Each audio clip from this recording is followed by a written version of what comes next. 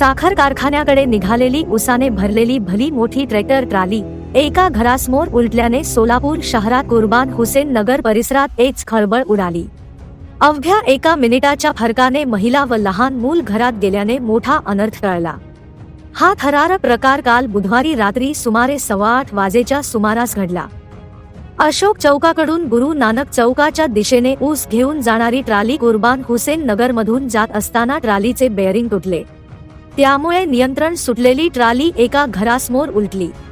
ट्रॉलीतील उसाचा प्रचंड ढिगारा थेट घराच्या गेटमधून आत घुसत बाथरूमच्या गेटपर्यंत गेला। घरासमोर उभी असलेली मोटारसायकल क्रमांक MH13 AP 2643 ट्राली खाली दबल्याने अक्षरशः चक्काचूर झाली, तर आणखी एक दुचाकी उसाच्या ढिगायाखाली अडकली। पाण्याचे ड्रम, बाथरूमचे गेट आणि घरासमोरील साहित्याचेही मोठे नुकसान झाले। घटनेनंतर ट्रॅक्टर चालक वाहन सोडून पसार झाला।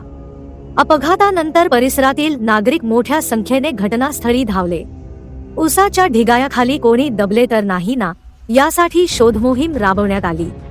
सुदैवाने कोणतीही जीवितहानी झाली नाही। घटनेची माहिती मिळताच सदर बाजार पोलीस ठाण्याचे पोलीस उपनिरीक्षक गोविंद पवार, वाहतूक शाखेचे PSI तोळनुरे व पथक घटनास्थळी दाखल झाले।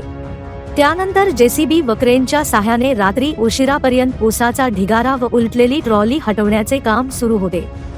युसुफ गफूर शेख वय 41, राहणार कुर्बान हुसेन नगर यांच्या घरासमोर अपघात घडला। अपघाताच्या अवघ्या 1 मिनिट आधी त्यांच्या आई आणि लहान मुलगा घरासमोरील कट्यावर बसले होते। मोबाईलचा आवाज आल्याने ते घरात गेले आणि एवढ्यातच प्रचंड आवाज करत ट्राली उलटली। बाहेर पाहिले तेव्हा संपूर्ण परिसर उसाच्या ढिगायाने झाकला गेला होता। थरकाप उडवणारा हा प्रसंग त्यांनी मुलाला फोनवर सांगितला। ब्युरो रिपोर्ट जम न्यूज इंडिया।